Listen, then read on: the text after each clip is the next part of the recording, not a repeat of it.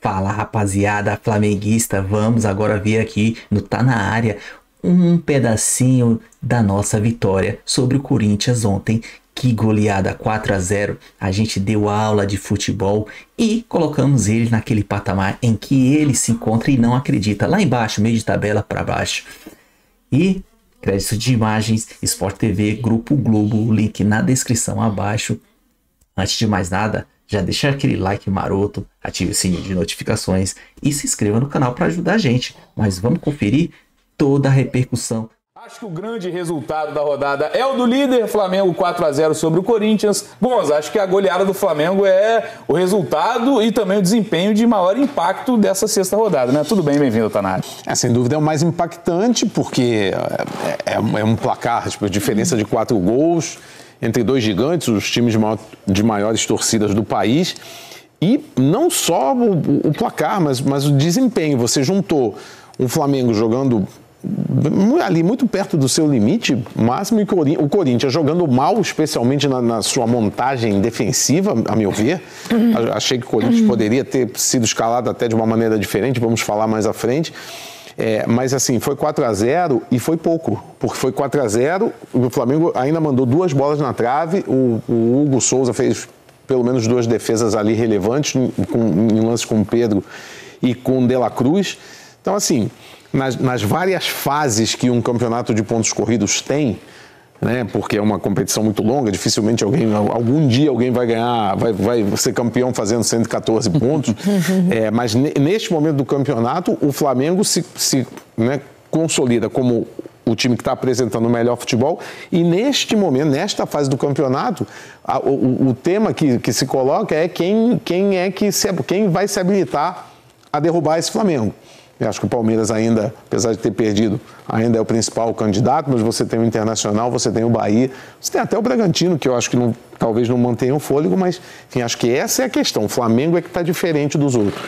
Olhando para a tabela de classificação, a consequência desses resultados, principalmente de Flamengo e Palmeiras, pensando na liderança do campeonato, que aí o Flamengo assume a liderança do Palmeiras, né, toma a frente, abre um ponto ali de diferença para o Palmeiras, que perde em casa, e o Flamengo vence o Corinthians. O Gonza pontuou muito bem, né? 2 momentos muito distintos. Um Flamengo muito bem e um Corinthians muito mal na partida.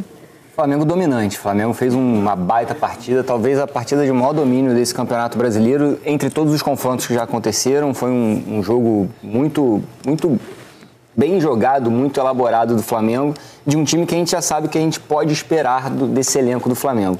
Mas vamos começar falando mais a fundo, né, aprofundar sobre o líder do campeonato e que teve esse grande resultado jogando no Maracanã, o Flamengo, trazer para o papo a Letícia Marques, setorista do Flamengo no GE.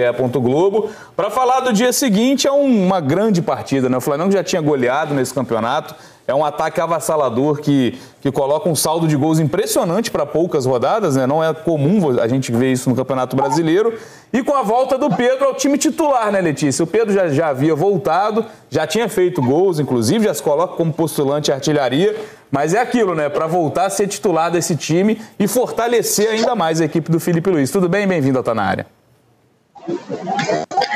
Boa tarde, Bené, Raed, Gonza, Camilo, todo mundo que acompanha o Tá Na Área. É sempre um prazer estar por aqui falando com vocês.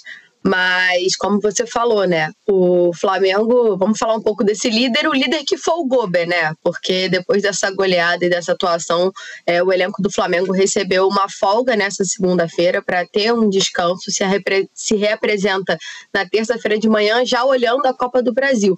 Mas falando um pouco desse Campeonato Brasileiro, como você falou, acho que a mesa inteira já debateu muito bem o que foi esse confronto entre Flamengo e Corinthians, né, 4-0 já mostra a diferença que foi em campo, e de fato é um jogo que mostra o retrato do desempenho do Flamengo, né? O Flamengo conseguiu fazer 3-0 ainda no primeiro tempo, teve uma chance do Pedro ainda na trave, uma boa defesa do Hugo, volta para o segundo tempo naturalmente, já diminui um pouco o ritmo, a partida ficou definida já no primeiro tempo, né?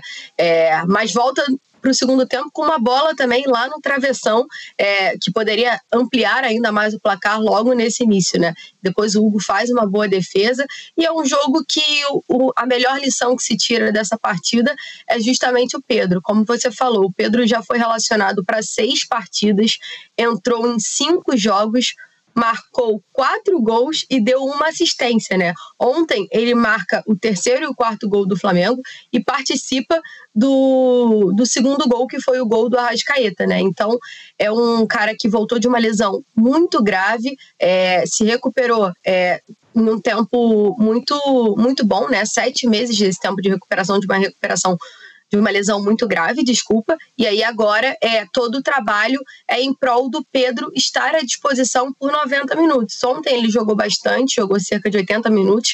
Para quem estava no Maracanã, né, o Pedro já ia sair um pouco antes do lance do pênalti. O Bruno Henrique já estava ali na beira do campo esperando, mas aí foi um escanteio, outro escanteio, e aí o lance do pênalti, né, que o Arrascaeta recebe o atendimento, e aí ele fica ali, ele fala pro Felipe, não vou sair não. E aí quando vai para a revisão no VAR e marca o pênalti, o Pedro pega para bater, bate, logo depois ele sai ovacionado, e aí para arrematar e levar o debate para a mesa, agora eu acho que é questão de tempo pro Pedro, de fato, conseguir jogar 90 minutos e se concretizar como a solução do Flamengo num time que tinha algumas questões ofensivas ali no terço final, né? Precisava ser mais efetivo e o Pedro, nesses últimos 5 jogos, né, já mostrou que está aí para isso, para mudar um pouco esse, vamos dizer, problema do Flamengo nesse início de 2025, Bené. E aí, Gonza, era algo que... uma questão que o Flamengo apresentou em outras partidas, né? Acho que na maioria das partidas nessa temporada, essa dificuldade ofensiva, digamos, dessa eficácia, né? De transformar em muitas partidas uma superioridade, uma criação de jogadas em gols, né? E o Pedro, claro, com a capacidade técnica de definição que ele tem, naturalmente gera essa expectativa no torcedor. E ontem, eu acho que talvez o que também ajude a explicar um pouco a goleada, além do momento muito bom do Flamengo, do muito ruim do Corinthians, é um gol do Cebolinha logo no início da partida, né? Naquele momento inicial da pressão do Flamengo, já sai um primeiro gol. Então isso também condiciona muito a questão ofensiva do time, que fica mais tranquilo, né? Não fica naquela ansiedade dos minutos passando, da pressão continuando e não vendo isso em gols, né? Tem vários aspectos positivos, né? A gente está focando nesse momento mais em cima do Pedro, que obviamente ele transforma, ele joga o Flamengo para uma prateleira acima, se é que isso ainda é possível.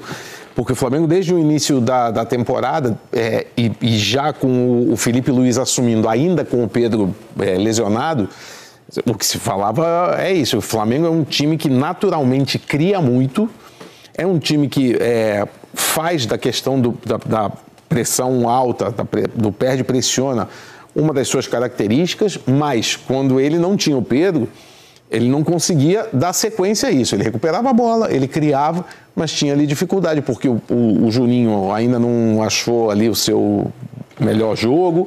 O Bruno Henrique não é um atacante de meio, né, de ofício. O Bruno Henrique rende muito mais quando ele joga pelo lado esquerdo, puxando contra-ataque, tendo espaço para atacar.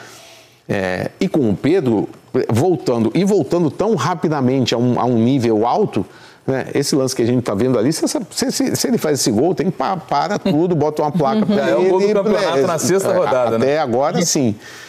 Se tivesse entrado, né, seria. Então, o Pedro resolve essa questão. E não à toa, depois que ele entra, o Flamengo faz 6 gols contra o Juventude, faz 4 contra o Corinthians e vai pulando ali a artilharia. Lógico que, como você lembrou, um gol cedo facilita as coisas. O Flamengo sempre tenta começar os jogos de maneira muito intensa, exatamente para tentar conseguir uma vantagem, né, como acabou acontecendo até naquela final da Supercopa diante do Botafogo, em que ele praticamente definiu o jogo no primeiro tempo. Agora, o Corinthians também facilitou um pouquinho, porque você jogar contra o Flamengo no Maracanã, se fosse um treinador interino, que eu sei que eu sequer vou ficar, você teria condições de colocar, mas eu acho que o Martínez é um jogador que marca muito bem, que entrou muito tarde, entrou com mais de 30 minutos do segundo tempo. Enfim, acho que o Corinthians demorou a entender que não dava para sair com isso. O Flamengo, enfim, passou o carro por cima. A gente até brincou no Sport TV News de ontem, né, Raed, da crueldade que foi com o Dorival. O Dorival já era o treinador do Corinthians, né? Ainda não havia sido oficializado na função, mas foi ao Maracanã para acompanhar o jogo. Ele que era técnico da seleção e não pôde contar com o Pedro. E viu o Pedro decidir um jogo, né? Com a qualidade que o Pedro tem. O próprio Dorival sempre falava nas coletivas que contava com o Pedro para ser esse camisa 9. Acho que ele se coloca de novo no radar. Claro que a gente ainda não sabe quem vai ser o próximo treinador. Tudo indica que seja o Carlo Ancelotti. Mas é um jogador dessa prateleira, né? De uma função que a gente tem muita dificuldade na seleção brasileira para encontrar até em outros centros, né? No futebol europeu, da característica e da qualidade técnica do Pedro. Mas para jogar com um novão assim de área, aquele cara que recebe a bola o tempo inteiro para finalização, você tem que ter um sistema de jogo que permita que esse jogador ele não se desgaste durante toda a partida. Já foi falado muito sobre o sistema de jogo do Flamengo, da marcação-pressão, do encaixe do Pedro. É um baita jogador e tem que esperar o próximo técnico da seleção brasileira para a gente entender também qual vai ser a utilização, qual o esquema tático, como é que ele planeja um time ofensivamente e ver se encaixa o jogo do Pedro. Tecnicamente, ele é bem acima da média. E Letícia, como você falou, né, há essa expectativa muito da utilização do Pedro, né, da minutagem, porque há que você ter uma preocupação ainda com toda, né, essa empolgação, essa expectativa pelo que ele vem apresentando, pelo que jogou ontem, mas ele veio de uma lesão muito grave, como você lembrou, né, há sempre uma preocupação com a questão muscular, porque é comum que jogadores sofram com lesão muscular quando voltam de tanto tempo parado, então precisa ter essa precaução. E o Flamengo tem uma disputa pela Copa do Brasil contra o Botafogo da Paraíba, como muitos clubes da Série A, né, não terão adversários da Série A nessa fase da Copa do Brasil, nessa terceira fase. O que a gente deve ver o que você imagina, pelo menos, já está apurando do time do Flamengo para essa partida? Jogadores poupados, talvez o Pedro mesmo ganhe um descanso nesse jogo. O que vocês estão já imaginando para esse confronto de quarta-feira? Bom, Camila, como eu falei, o Flamengo folgou nessa segunda-feira, mas não foi folga para todo mundo, né? O Felipe Luiz e o Boto se reuniram justamente para ter uma conversa e começar a fazer esse planejamento em função da Copa do Brasil. A partida é na quinta-feira, o Flamengo se reapresenta na terça, faz aquele treino mais tranquilo, né? Aquele treino que os titulares ficam só na academia, fazem atividades mais leves, e quem não começou jogando, que vai a campo. Então, a atividade do Flamengo, de fato, para enfrentar o Botafogo da Paraíba, vai ser só na quarta-feira, pouco antes da viagem para São Luís do Maranhão. Então, nesse jogo, o Flamengo... Na verdade, assim, falando pela Copa do Brasil como um todo, Camilo, o Flamengo está montando um planejamento que vai ser definido fase a fase. Então, vamos falar a respeito dessa partida contra o Botafogo da Paraíba. Durante a coletiva, o Felipe Luiz já antecipou e falou que o Matheus Cunha vai ser o goleiro dessa partida. O Matheus Cunha vai jogar na quinta-feira, justamente porque o Rossi fez 18 das 21 partidas que o Felipe Luiz comandou no Flamengo em 2025, e o Felipe Luiz falou que o Rossi precisa descansar. Matheus Cunha foi o titular nos outros 3 jogos, que o Rossi não jogou, obviamente, e o Matheus Cunha não foi vazado. Ele disse que o goleiro merece essa chance e ele vai ser titular na quinta-feira. Foi esse o spoiler que o Felipe Luiz deu na coletiva, mas já antecipou que tem jogadores que precisam sim descansar e muito provavelmente não vão nem viajar, como tem jogadores que precisam de minutos. E aí um jogador que aparece aí nesse cenário que tudo indica, né, que vai ter minutos, é justamente o Matheus Gonçalves. O Felipe Luiz elogiou ele durante a coletiva, falou que ele vem treinando muito bem, explicou que entende o Matheus Gonçalves muito mais jogando pela ponta direita, e pelo que a gente consegue observar assim, internamente, o Matheus Gonçalves é um dos jogadores aí postulantes a ser titular nessa partida contra o Botafogo da Paraíba. E aí você tem outros atletas também. Você tem o Alan ali, que precisa de alguns minutos também, que vem entrando muito bem. O Everton Araújo, que já foi utilizado pelo Felipe Luiz nesses últimos jogos aí, jogou na Libertadores. Então, ao que tudo indica, o Felipe vai fazer um rodízio em função da minutagem do elenco até aqui. Até para você olhar um pouco mais à frente na temporada e conseguir dosar o máximo que der. Tem jogadores aí, como por exemplo, Léo Ortiz, Léo Pereira, Pulgar e Dela Cruz, que tem uma sequência muito grande de jogos como titular e uma sequência muito grande de minutos, porque são jogadores que também nem sempre são substituídos.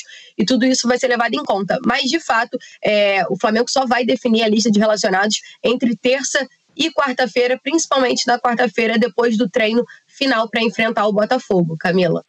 E quando o Flamengo fala, até de forma oficial, pelo Boto, pelo próprio Felipe Luiz, em priorizar o Brasileirão, não é abrir mão de outras competições, é usar de forma estratégica o elenco para momentos como esse, né, Gonza?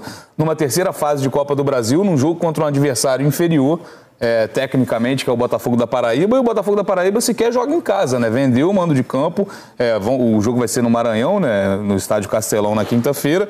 Então o Flamengo pode dosar, né? Sabe que tem 2 confrontos contra um time inferior, que dificilmente vai ter um problema maior se poupar algum dos seus principais jogadores, né? Esse confronto me parece a parte mais óbvia do planejamento do Flamengo. Assim, um jogo com essas características, contra o adversário mais frágil, que não joga em casa, uma viagem longa.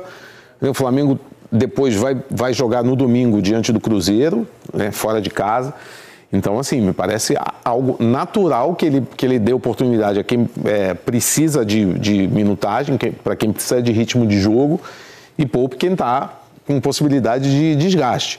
Isso poderia até ser feito na Libertadores também, se o Flamengo não tivesse feito a façanha de perder para o Central Córdoba no Maracanã. Isso estava completamente fora do script, então na Libertadores ele vai ter que fazer um pequeno ajuste de roteiro aí. Mas na Copa do Brasil não tem necessidade. O Flamengo, com o elenco que tem, até com um eventual terceiro time reforçado aí, com alguém da base, enfim, alguém que não está jogando, ele tem possibilidades, tem que jogar, tem que respeitar o Botafogo, mas ele tem possibilidade de construir um placar que até facilite no jogo da volta, para que no jogo da volta ele também possa fazer esse tipo de mexida no time. Bom, bola pra frente agora, né? Agora é quarta-feira, a gente vai pegar o Botafogo lá no Castelão, lá em São Luís. Mando de campo vendido, né, pelo Botafogo da Paraíba. Copa do Brasil, porque agora Brasileiro só segunda-feira contra o Cruzeiro e vai ser jogão, hein? A gente vai manter a ponta, a gente é outro nível, meu, outro nível. A gente pegou esse Corinthianzinho aí, que se acha descer mapeia. Apanhou que nem macaco pra conhecer dinheiro. O nosso jogo foi impecável. É como era tudo previsto. Se a gente fica focado 90 minutos, mais os acréscimos, é isso que dá. A gente focou no início do jogo. No segundo tempo, a gente decidiu no primeiro. No segundo, a gente foi só no banho-maria. A gente fez um lá e só para manter, para não humilhar tanto. Mas era para ser igual, no mínimo, igual a Juventude.